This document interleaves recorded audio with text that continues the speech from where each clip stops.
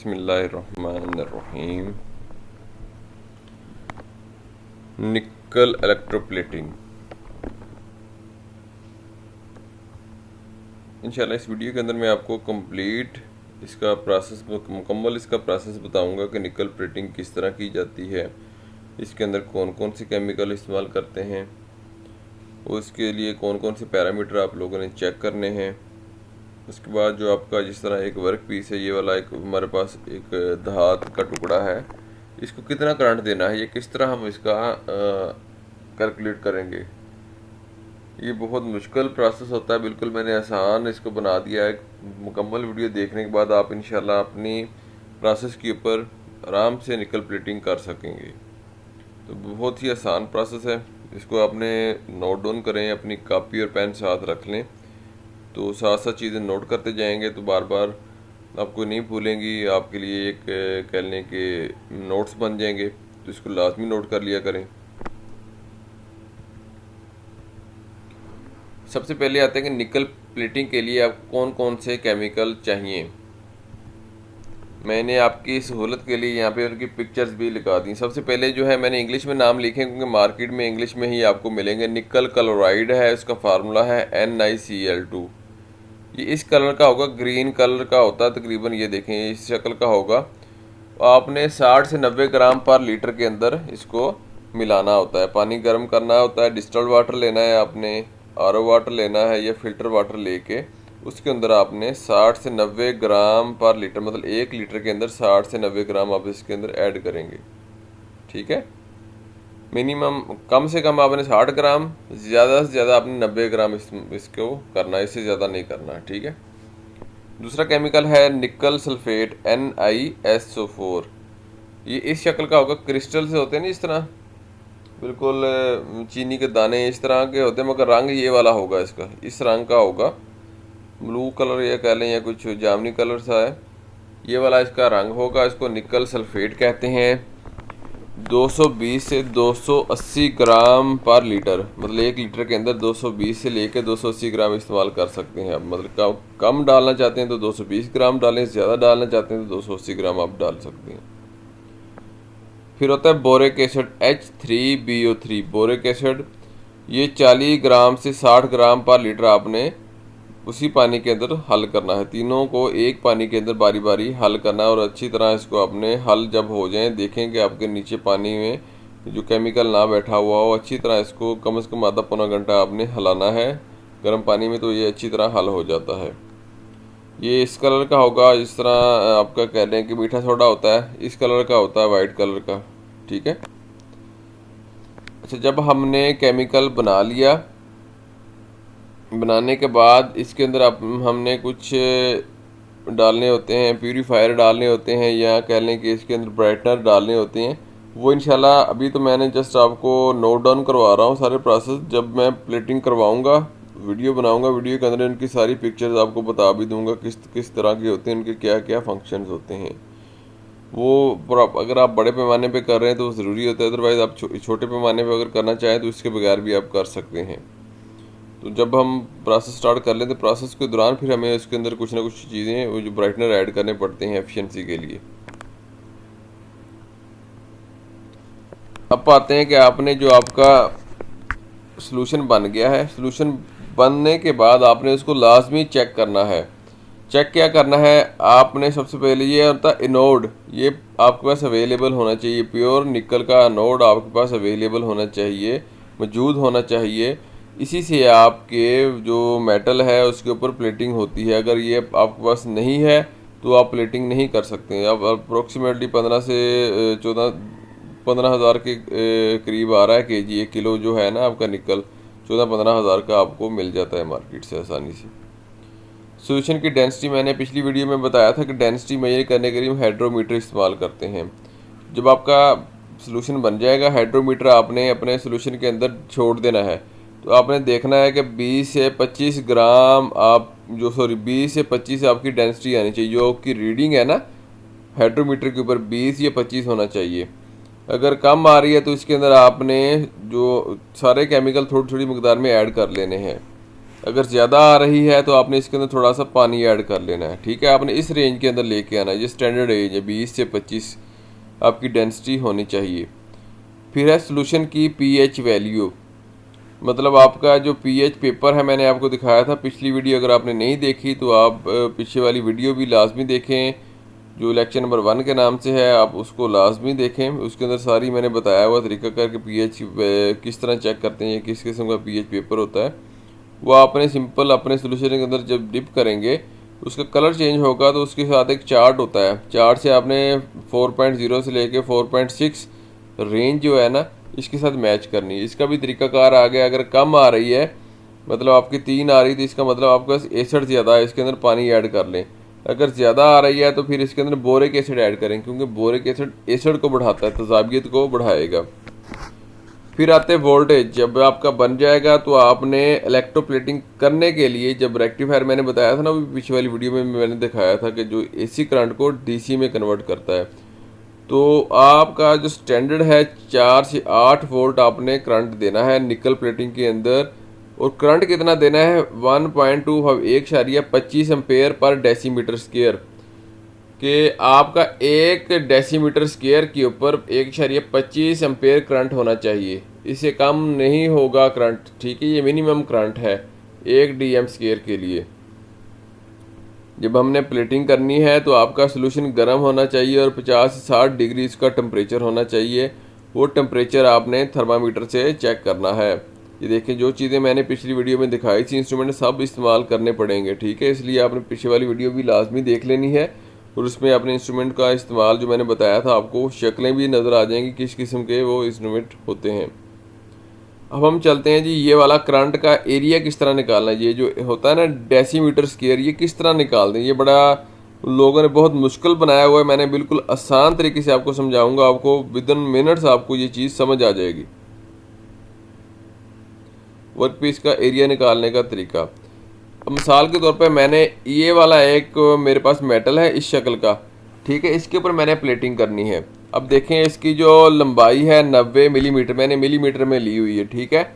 इसकी चौड़ाई 75 मिलीमीटर है और जो इसकी थिकनेस है ना, जो मोटी है, ये प्लेट है एक 6 mm की मोटी प्लेट है, इसके ऊपर मैं प्लेटिंग करना चाहता हूँ और ये 2 सुराख भी इसके अंदर हैं।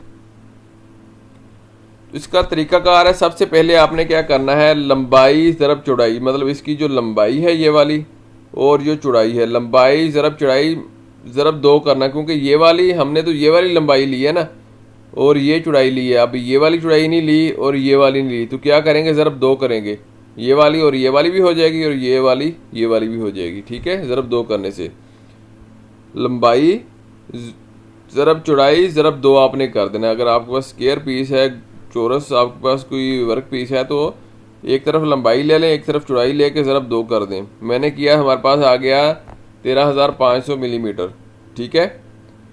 अब करनी है लंबाई, अब मैंने किया है सिर्फ लंबाई, ये लंबाई है। अब थिकनेस मोटाई भी साथ मल्टीप्लाई करनी है, इसको मोटी भी है ना आपकी शीट, लंबाई ज़रब थिकनेस, थिकनेस है ये वाली, इसको थिकनेस कहते हैं, जो मोटाई होती है ना इसको थिकनेस बोलते हैं इसकी, कि शीट कितनी मोटी है, थिक कितनी है, थिन कितनी है, मोटी है ना। अब क्या करना है हमने, ये देखें यहाँ पे लंबाई ये वाली आ गई, ज़रब थिकनेस ये वाली आ गई, क्योंकि अगर इस साइड पे मोटी शीट है तो इधर भी इतनी मोटी होगी ना, तो ज़रब 2 फिर कर दें आप इसको। अब 90 ये वाला आ गया, 6 थिकनेस आ गया, ज़रब 2 कर दिया तो 1080 आ गया हमारे पास। अब दोबारा आ जाए, हमने लंबाई की थिकनेस ले ली, चौड़ाई की थिकनेस लेनी है, चौड़ाई ज़रब थिकनेस मोटाई मतलब ज़रब 2, ये देखें चौड़ाई ज़रब थिकनेस ज़रब 2, तो क्या होगा, वो आ गया 900 ये वाला, ये और ज़रब 2, क्योंकि इस साइड पे भी थिकनेस इतनी ही होगी आपकी। तो जब आ गया इन सबको आपने जमा कर लेना है, इसको और तीनों को आपने जमा किया, मेरे पास 15,450 आ गए। अब ये वाली बात समझने की आपकी है कि अगर आपने मिलीमीटर में पैमाइश ली हुई है, अगर मिलीमीटर में आपने पैमाइशें ली हुई हैं सारी, तो आपने जो भी आपका जवाब आया इन तीनों को जमा करने के बाद उसको आपने 10,000 पे तकसीम कर देना है। उसको आपने 10,000 पे तकसीम करें तो हमारा पास जो वैल्यू आती है वो डेसीमीटर में चली जाती है, डेसीमीटर स्क्वायर के अंदर चली जाती है ऑटोमेटिकली। सिंपल, अगर आपने अपनी पैमाइशें सारी मिलीमीटर में ली हैं तो आपने उसको तकसीम कर देना है 10,000 पे। तो क्या होगा, जो जवाब आएगा वो आपका आ जाएगा डेसीमीटर स्क्वायर के अंदर। हमारे पास आ गया 1.54 डेसीमीटर स्क्वायर। अब हमें पता है प्लेटिंग के लिए करंट मैंने पीछे वाली स्लाइड में दिखाया था कितना स्टैंडर्ड है हमारे पास, 1.25। दोबारा दिखा देता हूँ आपको आसानी के लिए। ये देखें, निकल प्लेटिंग का जो करंट है ना 1.25 एम्पेयर पर डेसीमीटर स्क्वायर है। ये वाला स्टैंडर्ड आपने याद रखना है, ठीक है, ये स्टैंडर्ड है। इसी से आपने जो भी एरिया निकाल को उसको मल्टीप्लाई करना होता है। अब देखें, अब मैंने क्या किया, 1.25 को, ये मेरे डेसीमीटर से आ गए थे जो मैंने निकाले थे, इसको जब इससे ज़रब दी तो 1.9 एम्पेयर करंट आ गया। अब इस पीस के लिए, इस वर्क पीस के लिए मैंने कितना करंट देना है, 1.9 एम्पेयर करंट मैंने देना है। 1.9 एम्पेयर करंट मैंने देना। ये मैंने करंट निकाल लिया। ये बहुत आसान है ना। जो भी आपने पीस पे प्लेटिंग करनी है आप इसका एरिया निकाल लें।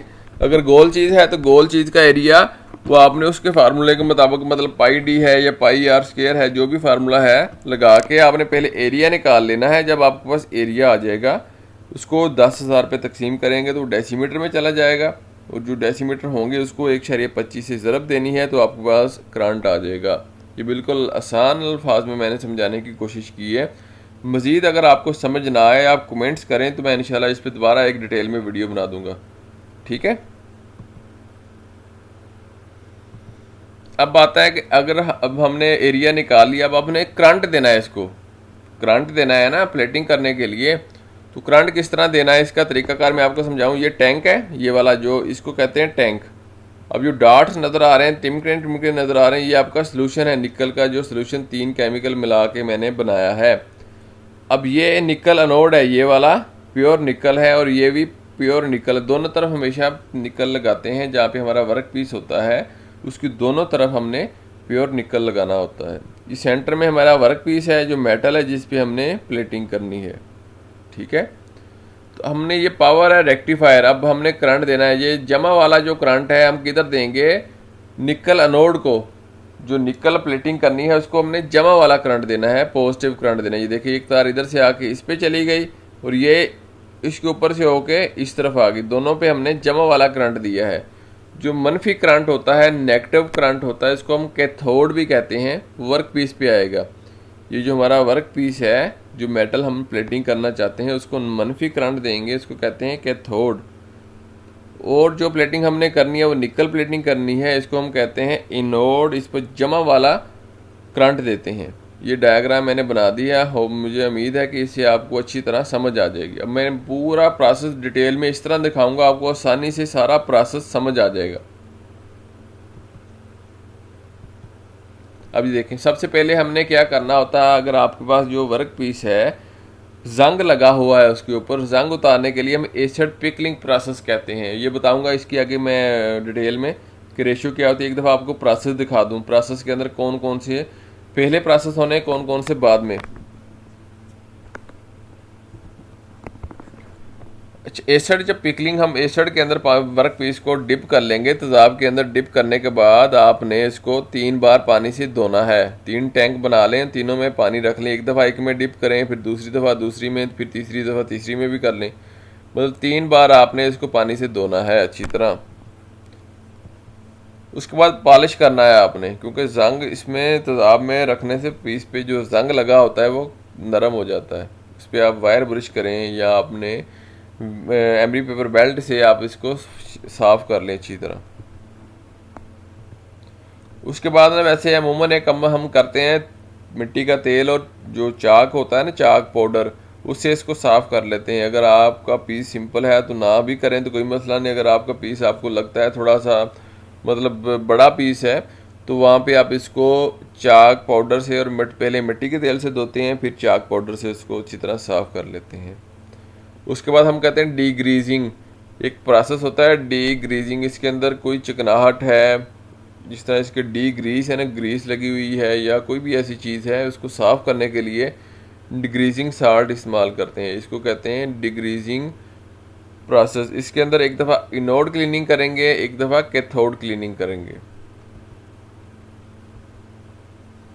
तो हर प्रोसेस के बाद आपने पानी से लाजमी धोना है। केमिकल का जो भी प्रोसेस है उसके बाद आपने पानी से 3 बार इस वर्क पीस को धोना है। जब इनोडिंग मतलब इनोड क्लीनिंग में आपका जो करंट होता है वर्क पीस को हम पॉजिटिव करंट देते हैं, कैथोड क्लीनिंग में हमारा वर्क पीस को हम मनफी करंट देते हैं, और इनोड में जमा वाला करंट देते हैं, कैथोड में मनफी करंट देते हैं। उसके बाद 3 बार आपने अपने वर्क पीस को धोना है। उसके बाद कहते हैं न्यूट्रलाइजेशन। जो आपका ये डिक्रीजिंग वाला प्रोसेस होता है ना, ये हसास होता है, अल्कली होती है, इसके ऊपर चिकनाहट आ जाती है। जिस तरह आप सर्फ़ का इस्तेमाल करते हैं ना, सर्फ़ हम इस्तेमाल कपड़े वगैरह धोने के बाद हाथों पे चिकनाहट आ जाती है, वो क्योंकि बेस होता है, तो बेस से हाथों में चिकनाई। इस तरह हमारा डिक्रीजिंग के बाद वर्क पीस पे एक चिकनाहट की लेयर आ जाती है, ठीक है, तय जम जाती है। उसको ख़त्म करने के लिए हम इसको तेज़ाब के अंदर डुबोते हैं 2 से 3 दफ़ा। उसको कहते हैं न्यूट्रलाइजेशन प्रोसेस। तेज़ाब के अंदर दोबारा डुबोने के अमल को न्यूट्रलाइजेशन का प्रोसेस कहते हैं। उसके बाद हमने दोबारा इसको पानी से, यहाँ पे भी मैंने नहीं मेंशन कर सका, यहाँ पे भी आपने दोबारा इसको 3 दफ़ा पानी से धोना है। उसके बाद निकल प्लेटिंग पे जाना है। निकल प्लेटिंग के बाद दोबारा इसको 2-3 दफ़ा पानी से धोएं, और फिर आपने अगर इस पर देखें अगर बफ़ आई हुई है तो बफिंग लगानी है, अगर नहीं आई तो आपकी प्लेटिंग हो चुकी है। अब हर प्रोसेस, जितने प्रोसेस है मुकम्मल डिटेल में बताऊंगा, और इसके अंदर कौन कौन से केमिकल हैं, क्या पैरामीटर है, वो सारी मैं डिटेल में समझाता हूँ आपको।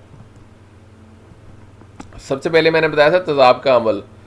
तेज़ाब के लिए आप HCl हाइड्रोक्लोरिक एसिड तेज़ाब भी ले सकते हैं, और सल्फ्यूरिक एसिड जो गंधक का तेज़ाब है वो भी ले सकते हैं। उसके अंदर आपने 15% आपका, अगर प्योर आपके पास तेज़ाब है 15%, मतलब अगर आपने बनाना है जी 100 लीटर आपने बनाना है तो उसमें 15 लीटर आपका तेज़ाब होगा, 85 लीटर आपका पानी होगा, ठीक है। और हमेशा जो तेज़ाब है ये पानी में डालते हैं, ना कि पानी तेज़ाब में। पानी तेज़ाब में डालेंगे तो तेज़ाब उछल के आपके ऊपर गिर सकता है। इसलिए आपने जब भी इस तरह कोई भी केमिकल का प्रोसेस करना है, आपने सेफ्टी के इक्विपमेंट लाजमी इस्तेमाल करने हैं। गागल्स लगाने हैं, मास्क लगाना है, हाथों में आपके दस्ताने रबड़ वाले होने चाहिए, अच्छे वाले, ठीक है। ये देखें, अब हमने वर्क पीस को अपने जो उस तेज़ाब वाले टैंक में डुबोया है। अब यहाँ पे हमने 5 मिनट टाइम देना। कितना टाइम देना है हमने? 5 मिनट टाइम देना है हमने। उसके बाद हम इसको निकाल के पानी से धोएंगे अच्छी तरह। 3 बार आपने इसको धोना है, ठीक है, 3 मुख्तलिफ टैंकों में, और हर दफ़ा 3 बार ऊपर नीचे पीस लेके जाना है। इसको कहते हैं 3 टाइम डिपिंग। उसके बाद जब हम हो जाएगा वर्क पीस, तो उसके बाद इसके ऊपर जो जंग लगा तो नरम हो जाता है। आप वायर ब्रश आपको नज़र आ रहा है, इससे भी इसको उतार सकते हैं, या एमरी पेपर बेल्ट से भी इसको उतार सकते हैं। ये बेल्ट इस पे चलता है, इसको कहते हैं लेदर व्हील, ठीक है। अब आ गया डिग्रीजिंग का अमल। डिग्रीजिंग मतलब हमने जब पॉलिश वगैरह करते हैं, हाथों में चिकनाहट होती है हमारे, या ग्लव्स हमने पहने होते हैं, वो गंदे ग्लव्स होते हैं बाज़ दफ़ा, उसमें भी चिकनाहट होती है। तो वो वर्क पीस पे भी जब हम पॉलिश करते हैं ना, तो वर्क पीस बहुत ज़्यादा गर्म हो जाता है। गर्म होने से चिकनाहट जो उसके अंदर साथ लग जाती है, जज़ब हो जाती है। तो उसको साफ़ करने का अमल लाजमी, अगर ना करेंगे तो हमारी प्लेटिंग अच्छी नहीं होगी। अब हमने करनी है जी यहाँ पे इनोड क्लीनिंग। इनोड के अंदर हमारा जो वर्क पीस है, इस पे जम वाले तार से लगाएंगे, और यहाँ पे स्टील की 2 प्लेटें लगा देंगे ताकि करंट गुजरने का रास्ता मिल सके, ठीक है। ये रेक्टिफायर है, ये मेरा टैंक है, ये इसके अंदर मैंने डिक्रीजिंग साल्ट डाले हुए हैं, और ये स्टील की प्लेट करंट के लिए लगाई हुई है। इसको मनफी तार से जोड़ना है, और इधर भी मनफी तार से जोड़ना है। जो मेरा वर्क पीस है, इसको जमा वाली तार, इसको इनोड कहते हैं, तो आपने जोड़ देना है। और मार्केट से ना बनाया बनाया डिक्रीजिंग साल्ट मिल जाता है, वो आप ले लें। तो वो आप लेने के बाद 75 ग्राम पर लीटर में आपने डालना है, 75 ग्राम पर लीटर में डालना है, और इसको गर्म भी करना है, ठीक है। और 1 से 2 मिनट टाइम देना है, 1 से 2 मिनट टाइम देना। और वोल्टेज थोड़े तेज़ कर लें, 5 से 7 वोल्ट कर लें। टेम्परेचर जो आपके सोल्यूशन का है ना 60 से 70 डिग्री होना चाहिए। फिर इसी तरह आपकी ये इनोड था, फिर कैथोड आ जाएगा, ठीक है। उसमें क्या होगा कि जो हमारा वर्क पीस है वो मनफी वाली तार से जुड़ जाएगा। वर्क पीस मनफी तार से चल जाएगा। जो स्टील की प्लेटें हैं आपकी, वो जमा वाली तार से जुड़ जाएंगी। बस ये चेंज कर देना, इसी में हो सकता है आपका प्रोसेस, ठीक है।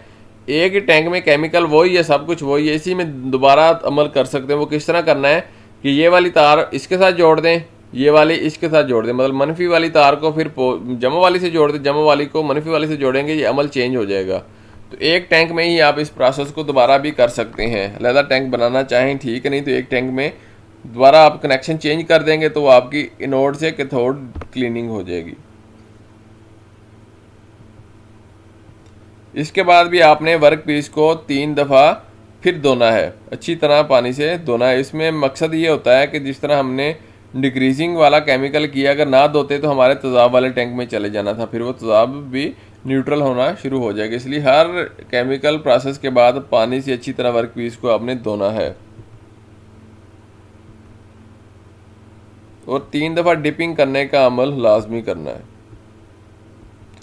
अब आ गया न्यूट्रल करने का अमल। न्यूट्रल करने का अमल जो हमने शुरू में बनाया था HCl का, उसके अंदर भी कर सकते हैं, या अलहदा से आप H2SO4 का भी एक बना, ये भी इसी तरीका, इसमें बनाने का तरीकाकार ये है कि अगर आपने 100 लीटर बनाना है, उसमें 15 लीटर आपका तेज़ाब होगा गंधक का, H2SO4 या HCl भी ले सकते हैं, हाइड्रोक्लोरिक एसिड भी ले सकते हैं, और 85 लीटर आपका पानी होगा। तो उसके अंदर आपने इसको सिर्फ डुबोना है 3 बार, ठीक है, या 15 सेकंड के लिए इसको डिप कर लें पानी के अंदर, या 3 दफ़ा आपने डिप करना है, जिस तरह हम पानी के अंदर करते थे ना 3 दफ़ा डिप, वो भी कर सकते हैं, और 15 सेकंड के लिए इसको इसके अंदर रख भी सकते हैं। उसके बाद फिर हमने इसको धोना है पानी से। जब तेज़ाब का अमल कर लेंगे, उसके न्यूट्रलाइजेशन का प्रोसेस कहते थे, उसके बाद 3 दफ़ा इसको धोना है आपने।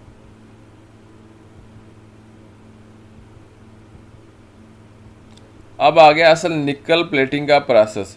ये आपने गौर से समझना है। जब हमने निकल प्लेटिंग करनी है तो जो आपका वर्क पीस है ना, ये वाला वर्क पीस है, इसको मनफी तार से जोड़ना है। ये ज़हन में रखना है, रेक्टिफायर के साथ मनफी तार को कैथोड भी कहते हैं। मनफी तार के साथ हम आपका वर्क पीस जुड़ेगा, ये देखें मनफी तार से वर्क पीस जुड़ गया, और जमा वाली तार से आपका निकल, जो प्योर निकल है ना, जो हमने प्लेटिंग करनी होती है प्योर निकल, वो आपने यहाँ पे इसके साथ जोड़ना है। इसी तरह इसके साथ भी दूसरी तरफ भी निकल, प्योर निकल आपने जोड़ना है। इसकी मैंने एक कंप्लीट वीडियो बनाई हुई है, तो वो वीडियो भी मैं डिस्क्रिप्शन में लिंक में आपको दे दूंगा, वो देख सकते हैं आप किस तरह हम निकल प्लेटिंग प्रोसेस करते हैं। और दूसरी जो केमिकल मैंने बनाए हैं उसकी भी वीडियो लिंक में डिस्क्रिप्शन में आपको दे दूँगा, वहाँ से आप दोनों वीडियोस देख सकते हैं। ये ऑलरेडी मैंने वीडियो बनाई हुई थी, इसलिए मैंने आपको डायग्राम्स की मदद से समझाया हुआ है। वीडियो जिन्होंने नहीं देखी वो डिस्क्रिप्शन में जाके वहाँ से वो वीडियो दोनों देख सकते हैं, केमिकल किस तरह बनता है और जो प्लेटिंग मैंने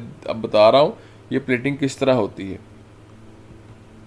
अब यहाँ पे मैंने बताया था कि आपने क्या क्या चीज़ें नोट करनी। एक तो होता है एम्पेयर, हमने करंट कितना देना वो मैंने आपको पीछे निकाल के दिया है। इस पीस के लिए हमने 1.9 एम्पेयर करंट देने, इसमें हम रेक्टिफायर पे जाके सेट करेंगे 1.9 एम्पेयर, ठीक है। और साथ ऑलमोस्ट जब इतने एम्पेयर करेंगे तो वोल्टेज आपके 4 से 5 की रेंज में ऑटोमेटिकली आ जाएंगे, ठीक है। या इसको कम ज़्यादा आप कर सकते हैं उस हिसाब से। फिर इसकी पीएच वैल्यू मैंने बताई थी, आप पीएच पेपर से आपने चेक करनी है, ठीक है। प्योर निकल आपने यहाँ पे निकालना, टाइम आपने देना 30 से 40 मिनट, 30 से 40 मिनट आपने टाइम देना है, ठीक है। 30 से 40 मिनट टाइम देना है। और डेंसिटी मैंने बताई थी 16 से 20 आपकी होनी चाहिए। सॉरी यहाँ पे मैंने गलती होगी, यहाँ पे 20 से 25 आपकी डेंसिटी होनी चाहिए, ठीक है। इसको बल्कि मैं करेक्शन कर देता हूँ,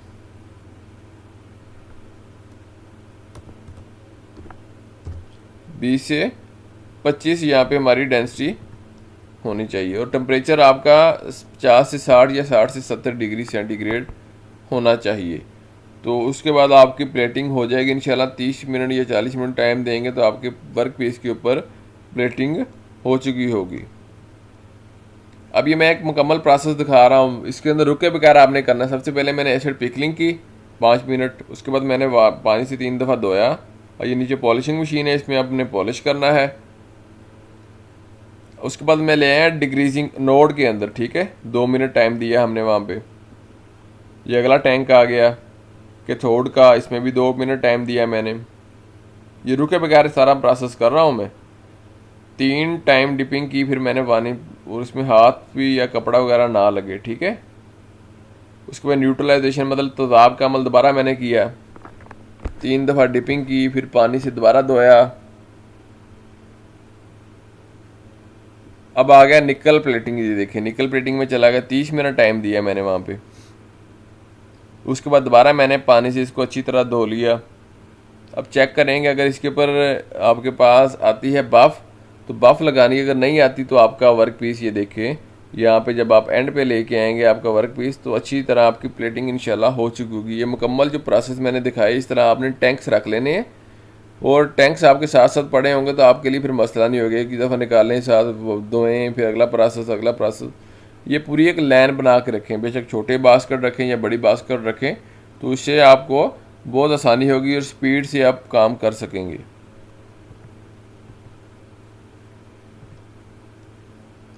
मैंने अपनी तरफ से पूरी कोशिश किया कि आपको मुकम्मल प्रोसेस को बिल्कुल आसान अल्फाज में समझाने की कोशिश करूं।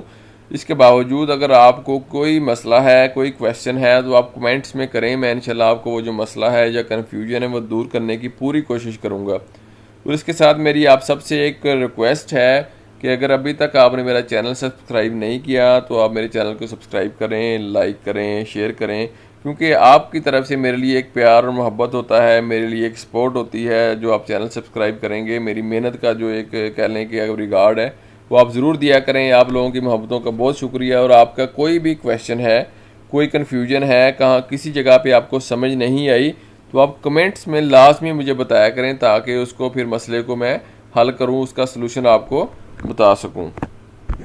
जज़ाकल्लाह खैर। इंशाल्लाह मिलते हैं नेक्स्ट वीडियो में। अस्सलाम वालेकुम।